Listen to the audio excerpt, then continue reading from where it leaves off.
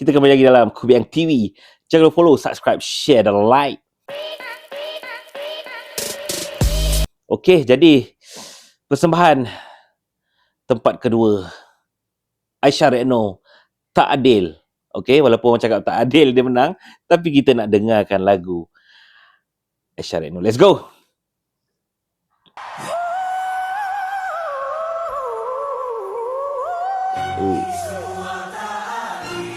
Tak Adil ni aku rasa arrangement dia yang buatkan dia menang lah, nombor 2. Sebab memang best gila arrangement yang dia buat kali ni. Padu gila lah. Starting itu macam musikal lah, macam cerita musikal lah. Aku belakang dia ni rama-rama. Suara dia pun mahal kat aku rasa. Macam Wanda Maximoff.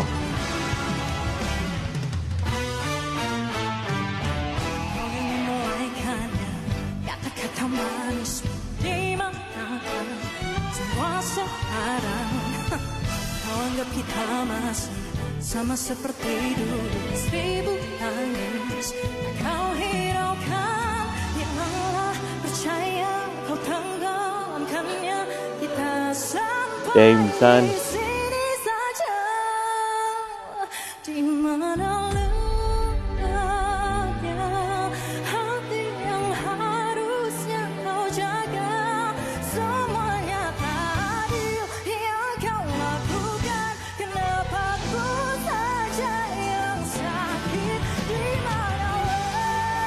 Lagu ni dia mudah melekat kat kepala otak lah. Jadi bagus lah dia buat lagu yang style macam ni lah.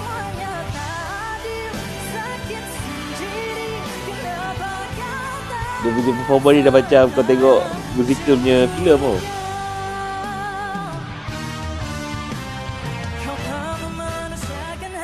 Hoi, part dia dah. Okay, kita tunggu part finale dia yang buatkan dia menang lah lagu ni. Nombor 2 kan.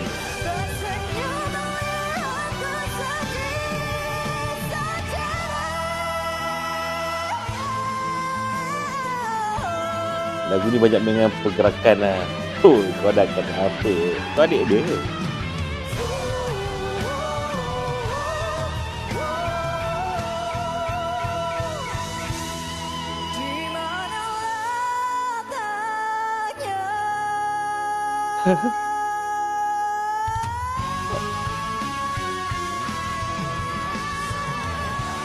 Dia dengan choir-choir lagu jadi cantik. Jadi semua dia best lagu ni.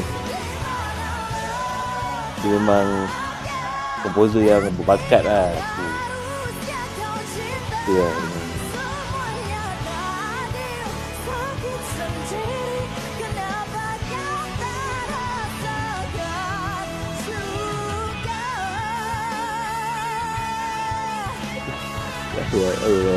Tengok muka kakak.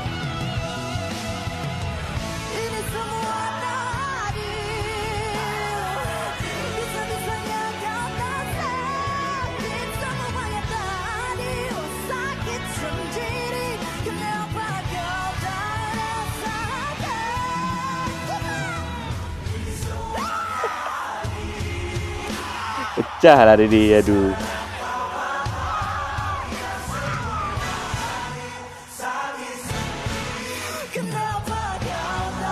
Persembahan dia terlalu Gen Z lah. Jadi aku rasa memang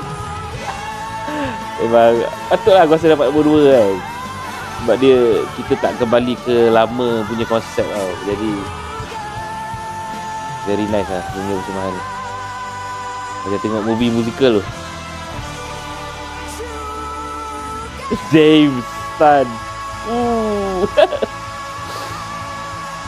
Dia Troman tu ni atas. Style. Okay.